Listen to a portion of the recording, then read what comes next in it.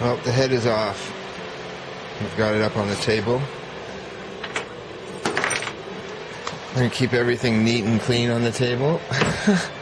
Not lose anything. Try to keep our tools away from our parts. But here we have the rocker box. And as you can see, gasket broke, of course. But I can make copper gaskets like this, at least one-offs, quite easily. So we're going to do that. We'll look at the impression on this because I've found castings that are from the same type of bike with different shapes, so different years. So keep that over there. Now when we look at this, we got silicone here. You can see he siliconed in his seals, which are white with metal on them, I think, or no, they're just white, they're soft. But he put silicone on both sides. So we'll get some good quality. But if you look at that, the quality of that face on that rocker box is really, really nice. It's very clean.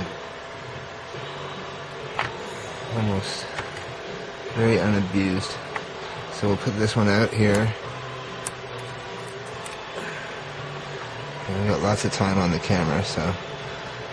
And there's more silicone there, so silicone all the way around the rocker box actually, so we had serious problems sealing it. And we'll do the sealant skimming of a copper gasket for this. I have one, but I don't have another one, so I will have to cut a master from that one if I have to. Let's get this one off here. Actually, let's shift this over here. Move this one out. There's all the bolts are soaking in oil, 3-in-1 oil. I used 3-in-1 oil on some of them because they were dry, like this one I left to show you. And when you start hearing that grit or that dried out corrosion cracking on the alloy, you certainly put some kind of 3-in-1 down the holes a little bit, at least, not to risk hydraulic damage to the case, but enough to like get those threads cleaned up from their corrosion. So let's pull this gasket off if we can in one piece. Good to have gasket fingernails, but these are metal. These have metal reinforcements, so they're sharp. They have metal inside them. You can feel the spikes. Right there you can see one. Not sure if you can see that or not. But that metal can get inside the engine.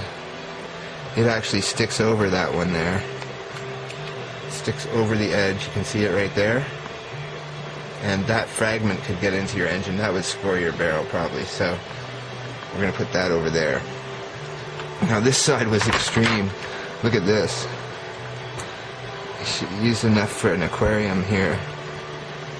So obviously the guy desperate to seal it at one point and used silicone, which got into all kinds of things, as well as this black paint that he spray painted everything with. And I'll show you the other side in a second. But we'll pull that silicone out. It's just gooped on, you know, ready to come off in the engine.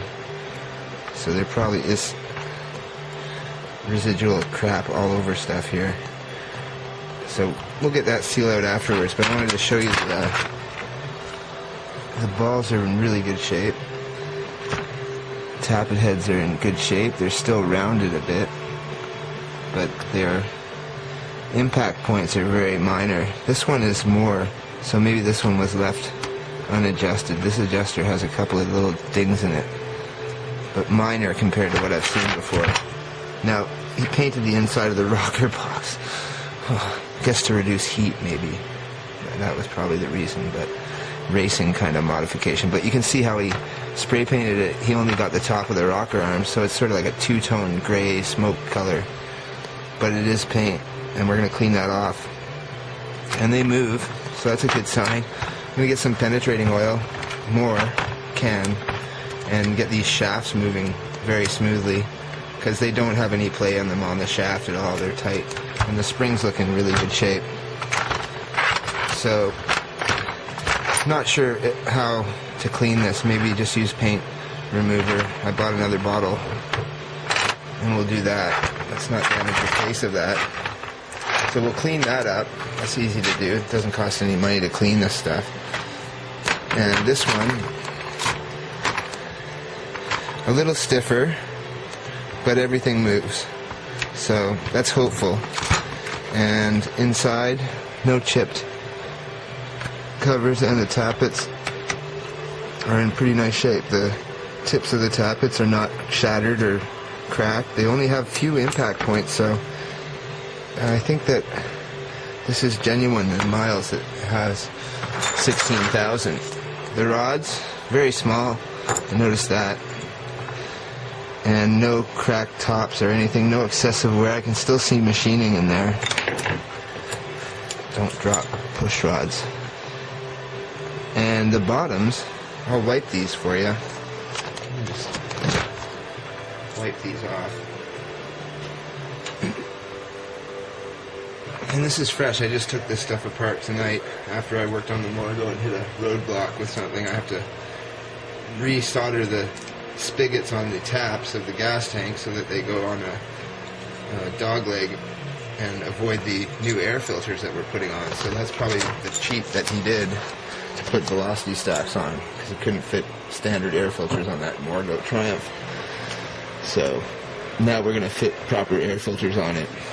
And the oil tank turned out very nicely too. That's just temporarily put in there to show him, but it's, oil sight level turned out really nice, I think. At least I like it. That's what counts, and he likes it. We'll gasket that up. We're going to seal up some breather holes. The guy drilled a hole in the filler cap, as you can see, on the bottom of it. So we're going to get rid of that. I'm going to have to check these lines again and make sure that they're hooked up right to the engine. And we're going to work on this intensively tomorrow. Hopefully somebody will come by and look at the head of the R3 as well. But I wanted to show you the tips of these. Try to get a good angle here.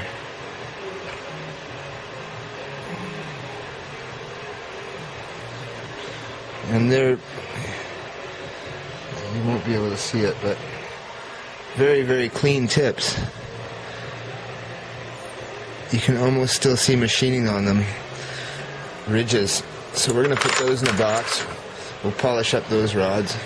Now here's the head. Head's a little bit more of a dirt bag, I think. You can see inside the fins there's all kinds of crust. And he's got a different plug in here. He spray painted that plug, which was crazy. The cups look in good shape. Some of them look very, very good.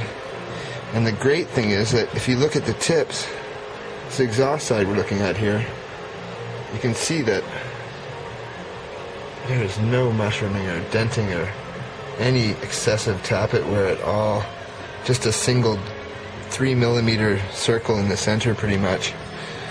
You look at this side here, and you can see that a little bit better maybe. I don't know if I can get the lighting right here for Stuart. There we go.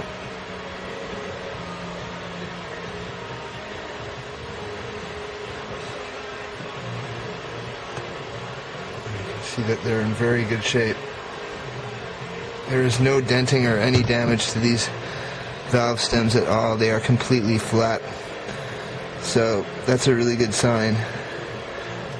And the number is 706532 HDA, and that is with a 68 on one side.